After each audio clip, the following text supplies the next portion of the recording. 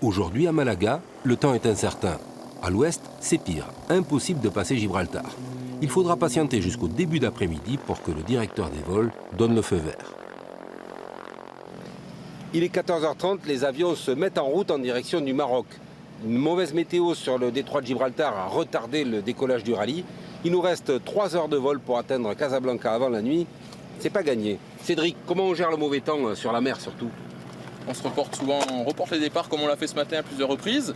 Et puis sur la mer, on va essayer de voler pas trop haut en fonction de ne pas rentrer dans les nuages. Et on va essayer de trouver quelques trous parmi la visibilité qui permettent d'arriver jusqu'à Tanger.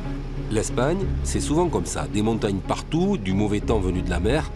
Dès 1919, la ligne a payé un lourd tribut sur la péninsule. Gibraltar approche, le rocher émerge du mauvais temps tel un colossal vaisseau fantôme.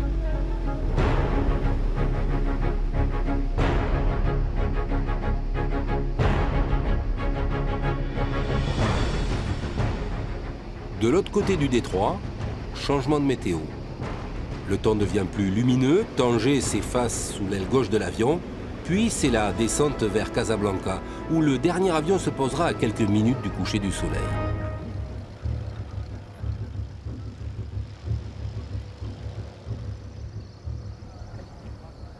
Laissant le mauvais temps en Europe, le rallye reprend sa route le lendemain matin, direction le sud Maroc. Passé Agadir, mieux vaut ne pas tomber en panne. Elles seront pourtant nombreuses. Et Ismaël, le mécanicien, est très sollicité, comme avec cet équipage anglais dont le chauffage reste ouvert, très gênant par les températures ambiantes. Pratiquement tous les matins, il y a un petit incident quelque part sur un avion. Pas bien grave pour l'instant, mais il faut le souhaiter que ça dure. Et bien sûr, ça ne durera pas. En Mauritanie, avec la chaleur, les équipements électriques souffrent. Un avion a dû se reposer sitôt son décollage.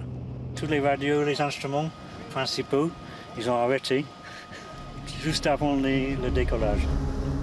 Mais le pire se produit sur notre appareil. À 80 km de l'arrivée, en plein désert, 2 cylindres ne donnent plus.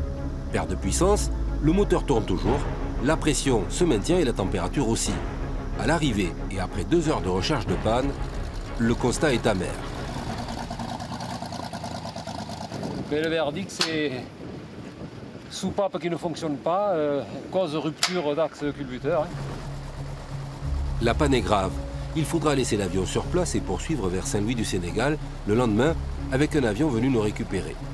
Le Cessna sera finalement réparé 3 jours plus tard après 5 heures d'efforts et beaucoup d'ingéniosité de la part d'Ismaël, un mécanicien d'exception digne de ses glorieux prédécesseurs, les mécanos de l'aéropostale.